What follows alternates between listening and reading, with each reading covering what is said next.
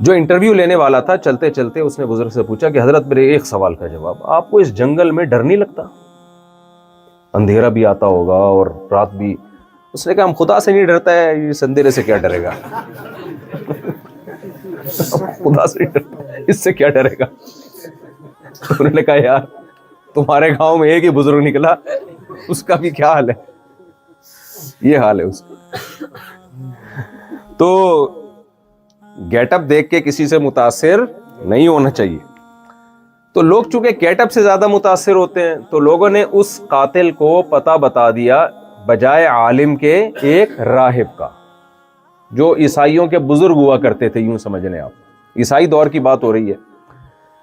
نبی صلی اللہ علیہ وسلم نے فرمایا فَأَتَاهُ فَقَالَ، وہ قاتل اس راہب بزرگ، وہ تھے واقعی بیچارے بزرگ، ان کے پاس آیا اور کہنے لگا انہو قتل 99 نفسا فہل لہ من توبہ، بھائی میں نے 99 انسانوں کو قتل کیا ہے، کیا اللہ میری توبہ قبول کر لے گا؟ وہ راہب اللہ کی محبت میں دیوانہ تھا، اس کو غصہ آ گیا، غضب آ گیا۔ اس نے کہا بھائی ایک بندہ مارا ہو، 2 بندے مارے ہوں، 3 مارے ہوں، 4 مارے ہوں، 5 مارے ہوں، 6 کو 99، تیری توبہ قبول نہیں ہو سکتی۔ Is it possible؟ یہ ناممکن ہے۔ جوش میں آ گئے نا وہ۔ اب عالم کا کام کیا ہوتا ہے بھائی؟ جو اللہ کا پیغام ہے وہ آپ پہنچاؤ، اپنے جذبات کو اس میں داخل بولو مت کرو۔ ہم ایک دعوت میں تھے تو اچانک کھانا سامنے آ گیا، جماعت کا ٹائم تھا اور میزبان نے ایک دعوت رکھی ہوئی تھی، کھانا اسی وقت لگایا اس نے۔ سب لوگ اٹھنے لگے کہ جماعت کے لیے جانا ہے۔ میں نے کہا، ہمارے ایک بڑے استاذ تھے، عالم تھے، انہوں نے کہا دیکھو جب میزبان نے کھانا لگا دیا ہے، کھانا گرم ہے، نماز پڑھنے ہم جائیں گے، یہ کھانا اٹھا کے رکھے گا، دوبارہ گرم کر کے کھانے کا ذائقہ کیا ہو جائے گا؟ خراب۔ جان کر نہیں ہوا، اتفاق سے ایسا ہو گیا۔ تو نبی صلی اللہ علیہ وسلم نے ارشاد فرمایا اذا وضع العشاء فابدؤوا بالعشاء، جب نماز کا ٹائم اور کھانا رکھ دیا جائے تو پھر کھانا پہلے کھا لو، نماز بعد میں پڑھو۔ ہمارے وہ عالم تھے، انہوں نے مسئلہ بتایا، لیکن نہیں، پھر بھی لوگ کہہ رہے نہیں ہم تو تکبیر اولیٰ ہماری کبھی نکلی نہیں ہے، ہم نے تو جانا ہے۔ اس وقت مجھے یہ حدیث یاد آئی کہ دیکھو نبی صلی اللہ علیہ وسلم کی اجازت، انہوں نے حدیث بھی پیش کر دی، مسئلہ بھی بتا دیا، اب میزبان کا خیال نہیں کیا جا رہا۔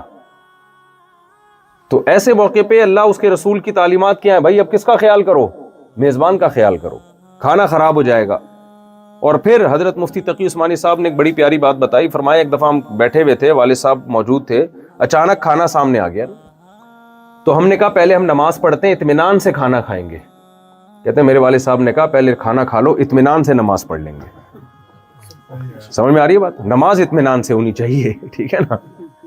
نماز میں، کیونکہ اگر بھوک کے وقت کھانا چھوڑ کر آدمی چلا جائے تو نماز میں دل لگے گا اس کو تو یہی یاد آتا رہے گا وہ 2 ہی کوفتے پڑے ہوئے تھے پلیٹ میں، ایک تو وہ کھا گیا ہوگا کم وقت، پتہ نہیں دوسرا میرے لیے چھوڑے گا کہ نہیں چھوڑے گا۔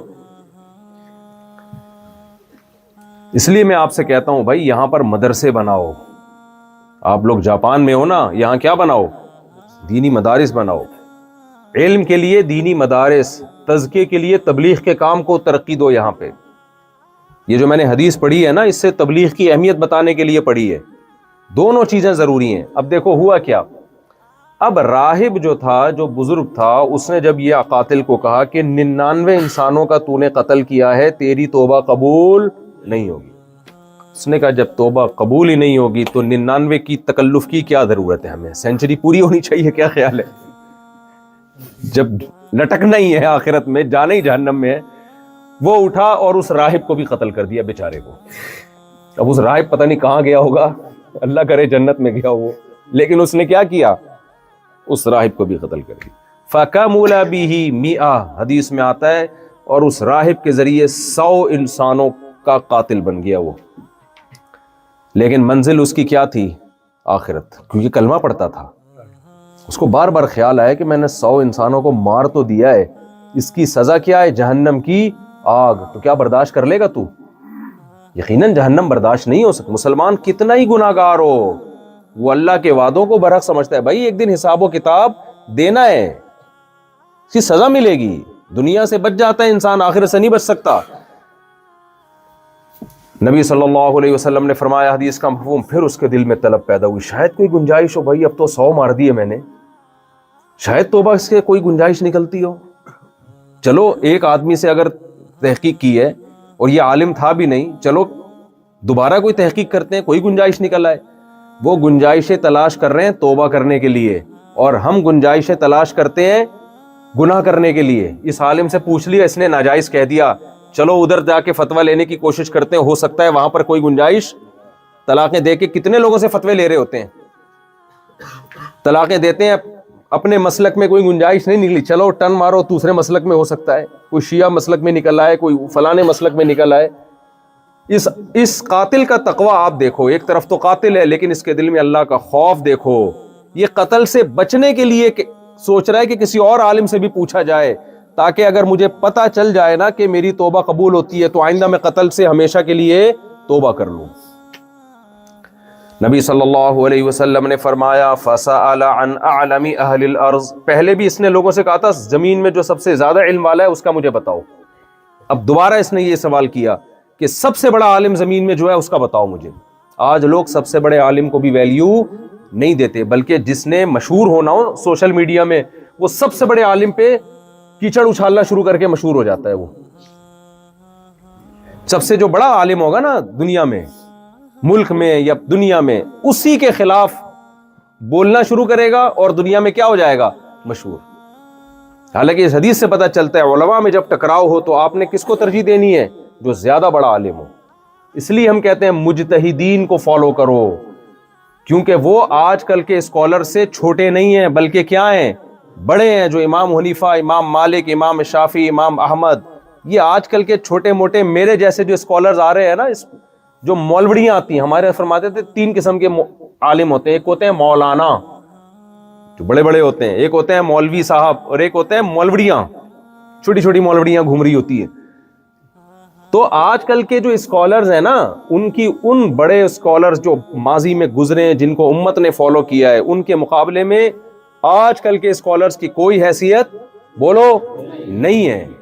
ان کی قرآن و حدیث کے نام پہ جو منجن بکے گا، اور قرآن و حدیث کے نام پہ جو اپنی اپنی تحقیقات یہ لے کر آ رہے ہیں، یہ آپ کو لگ رہا ہے قرآن و حدیث، حقیقت میں یہ قرآن و سنت نہیں ہے۔ نہ آپ کو ترجمہ آتا ہے حدیث کا، ترجمہ ان کا اپنے مطلب کا ہوتا ہے، نہ آپ کو یہ پتا ہوتا ہے اس کے اگینسٹ میں کون سی حدیث ہے۔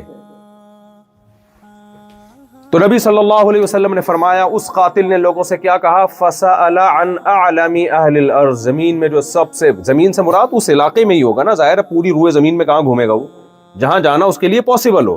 تو سب سے بڑا عالم جو ہے مجھے اس کا پتہ بتاؤ۔ اس دفعہ لوگوں نے اس کو صحیح بندے کا پتہ بتا دیا، ورنہ 101 ہو جاتے، ورنہ کیا ہو جاتے؟ نبی صلی اللہ علیہ وسلم نے فرمایا فَدُلَّ عَلَى رَجُلٍ عَالِمٍ، لوگوں نے اس کو عالم کا پتہ بتایا، بھائی فلاں عالم ہے، اس کے پاس جاؤ۔ وہ عالم کے پاس آیا اور کہنے لگا إِنَّهُ قَتَلَ 100 نَفْسٍ فَهَلْ لَهُ مِن تَوْبَةٍ، میں نے 100 انسانوں کو مار دیا ہے، کیا میرا اللہ میری توبہ قبول کر لے گا؟ ایسا جذبہ تھا، دیکھو، کیا میں بھی جہنم سے بچ سکتا ہوں؟ میرے لیے ممکن ہے، کوئی آپشن ہے؟ وہ عالم کی علم دیکھو کیسی اللہ نے حکمت دی۔ انہوں نے صرف مسئلہ نہیں بتایا، جب عالم سے مسئلہ پوچھا تھا کہ کیا میری توبہ قبول ہو سکتی ہے، تو جواب دے دیتے ہاں۔ جواب کافی ہوتا کہ نہیں ہوتا؟ بھائی ہو سکتی ہے، بس جاؤ، تم نے جو سوال پوچھا ہے وہ یہ ہے کہ توبہ قبول ہو سکتی ہے، جواب یہ کہ ہاں ہو سکتی ہے، چلو پتلی گلی سے نکلو، نیکسٹ بٹن دبائے جیسے ڈاکٹر کر رہے ہوتے ہیں۔ ایسا ہی ہوتا ہے کہ نہیں ہوتا؟ ڈاکٹر جو دوائیں لکھتا ہے نا، یہاں کا جاپان کا مجھے نہیں پتا، ہمارے یہاں پاکستان میں ڈاکٹر مریض ابھی آ کے بتانا شروع کرتا ہے، اس سے پہلے نسخہ تیار ہوتا ہے، ٹک ٹک ٹک ٹک ٹک، چلو شاباش، ٹرین بٹن دبایا، نیکسٹ۔ اور وہ لکھا ہوا جو اس نے ہوتا ہے نا، وہ ڈاکٹر ہی کو سمجھ میں آتا ہے کس زبان میں لکھا ہے اس نے۔ اب میڈیکل اسٹور جاؤ تو بزبان حال لکھا ہوتا ہے کہ میں نے جو ٹوپی کرانی تھی کرا دی ہے، اب جو جتنی ٹوپی تو کرا سکتا ہے، وہ کوڈ ورڈ میں یہ لکھا ہوا ہوتا ہے، ہمیں سمجھ میں آتا ہے یہ پیناڈول لکھا ہے یا کیڑے مکوڑے بنائے ہیں، کیا ہے۔ کتنے لوگوں کو اس طرح سے غلط دوائیں ملی ہیں، میرے ساتھ بھی ہو چکا ہے ایک دفعہ۔ خیر، تو نبی صلی اللہ علیہ وسلم نے فرمایا، اس عالم نے صرف یہ نہیں کہ اس کو جواب دے دیا ہاں توبہ قبول ہو سکتی ہے، نہ، بلکہ اس عالم نے دیکھا کہ 100 انسانوں کو قتل کر کے آنے والا چھوٹا گنہگار نہیں ہے، اس کو دین پہ لانے کے لیے صرف مسئلہ بتانا کافی نہیں ہے، اس کو اپریشیٹ کرنا ضروری ہے، اس کی حوصلہ افزائی کی جائے، کیونکہ مایوس ہو چکا ہوگا یہ اتنا بڑا گنہگار، اس کو امید دلائی جائے۔ اس لیے العالم نے کہا من یحول بینہ وبین التوبہ، بھلا تیرے اور توبہ کے درمیان کون رکاوٹ ڈال سکتا ہے بھائی؟ تو اور اللہ، تیرا اور کس کا معاملہ ہے؟ اللہ کا معاملہ ہے، اللہ سے معافی مانگ رہا ہے۔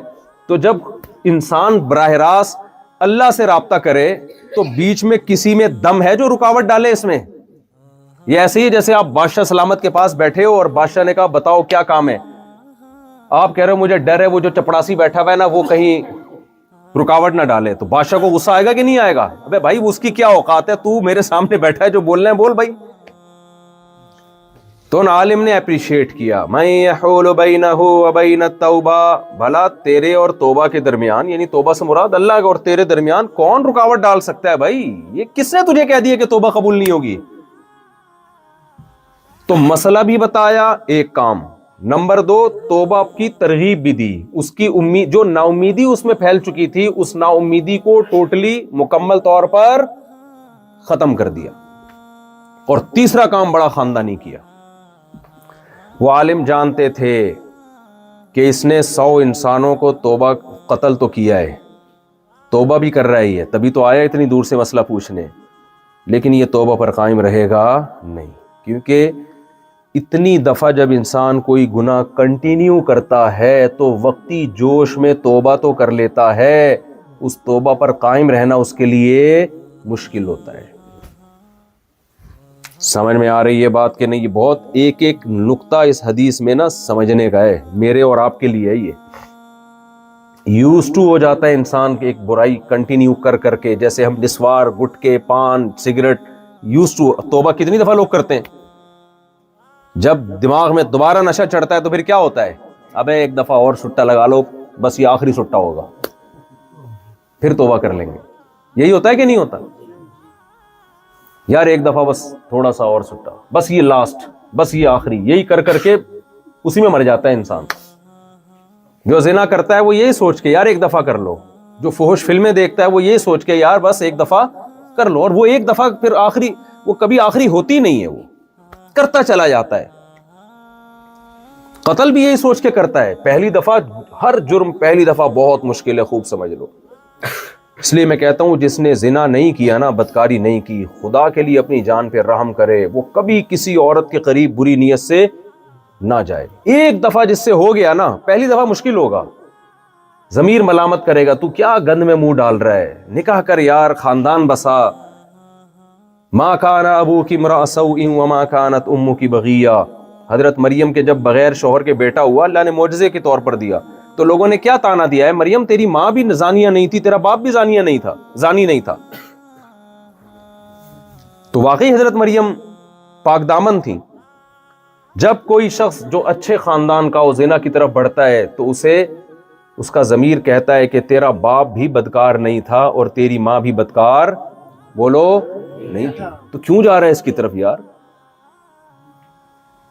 لیکن جب ایک دفعہ کر لے نا، اس کے بعد وہ گناہ کیا ہو جاتا ہے؟ ہلکا۔ تو اس گناہ کی آخرت میں سزا بعد میں ملے گی، دنیا میں پتہ ہے کیا سزا ملتی ہے؟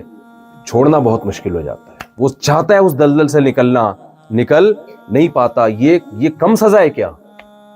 دیکھو جو لوگ شراب پیتے ہیں وہ چھوڑنا چاہیں چھوڑ سکتے ہیں آسانی سے، ہم نہیں پیتے، اللہ نے بچایا ہوا ہے ہمیں اپنے فضل سے، ہمارا کوئی کمال نہیں ہے، ہمیں کوئی ٹینشن نہیں ہے۔ کیوں نہیں ہے بھائی؟ ہم نے پی نہیں، اللہ نے ہمیں بچا لیا شروع سے ہی۔ اگر ہم پیتے پھر کتنی گناہ کی یاد انسان کو ٹینشن دیتی ہے بار بار۔ تو اس لیے گناہ سے بالکل دور بھاگو، قریب نہ جاؤ اس کے۔ تو نبی صلی اللہ علیہ وسلم نے فرمایا، ان عالم نے مسئلہ بھی بتایا کہ ہاں توبہ قبول ہوتی ہے، اس پہ حوصلہ افزائی بھی کی، اور تیسرا کام جو بہت خاندانی، جو اصل حدیث کا جو مقصد تھا نا، وہ یہ والا حصہ پیش کر رہا تھا جو میں بتا کے بس بیان ختم کروں گا۔ وہ کیا؟ آپ صلی اللہ علیہ وسلم نے فرمایا، ان عالم نے کہا، انطلق الی ارض کذا وکذا فإن بها اناسا یعبدون اللہ فاعبد اللہ معهم ولا ترجع الی ارضک فإنها ارض سوء۔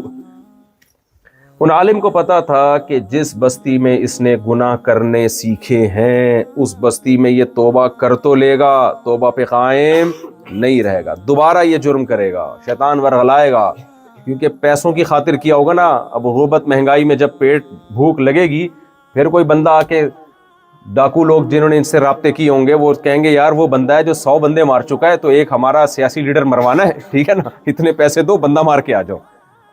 تو یہ کیا کہے گا، یار جب 100 کی توبہ قبول ہوتی ہے تو 101 کی بھی ہو جائے گی، کیا خیال ہے بھائی؟ یہی شیطان ورغلاتا ہے نا، جب 100 کی ہو سکتی ہے تو 101 میں کیا مشکل ہے؟ تبھی جن کو اللہ نے حکمت دی ہے نا، عبداللہ بن عباس یا حضرت عباس، دونوں میں سے کسی ایک صحابی کا واقعہ، ان کے پاس ایک شخص آیا تو اس شخص نے پوچھا، عبداللہ بن عباس نا اس کی آنکھیں دیکھ کے پہچان گئے کہ یہ قتل کا ارادہ ہے، اس کا ارادہ کیا ہے، یہ بندہ مارنا چاہتا ہے، کوئی اندازہ ہو گیا سوال سے۔ انہوں نے پوچھا، اس نے پوچھا کہ کیا قاتل کی توبہ قبول ہوتی ہے؟ فرمایا نہیں ہوتی۔ حالانکہ ظاہری لحاظ سے تو یہ غلط جواب ہے، توبہ تو ہر ایک کی قبول ہوتی ہے، لیکن مطلب یہ تھا کہ تیرے جیسا، یعنی اس کا ایک مفہوم بیان کرنا پڑے گا کہ تیرے عمل سے لگتا ہے کہ تجھے توبہ کی توفیق نہیں ملے گی، اس سینس میں قبول نہیں ہوتی، کچھ بھی تعویل کی جا سکتی ہے۔ تو ان عالم نے کیا کہا، بھائی جس جگہ پہ تو نے برائی سیکھی ہے وہ بروں کی جگہ ہے، وہاں بات بات پہ لوگ بندہ قتل کر دیتے ہیں، تو اس علاقے کو چھوڑ لے، تیری توبہ قبول ہوگی۔ شرط کیا ہے، انطلق الی ارض کذا وکذا، اس زمین سے نکل کے فلاں فلاں شہر میں جا کے آباد ہو، فإن بها عبادا یعبدون اللہ فاعبد اللہ معہم، وہاں اللہ کے نیک بندے رہتے ہیں، وہاں جا کے تو اللہ کی عبادت کر انہی نیک لوگوں کے ساتھ، اور واپس اس زمین کی طرف پلٹ کر نہیں آنا، یہ برے لوگوں کی زمین ہے۔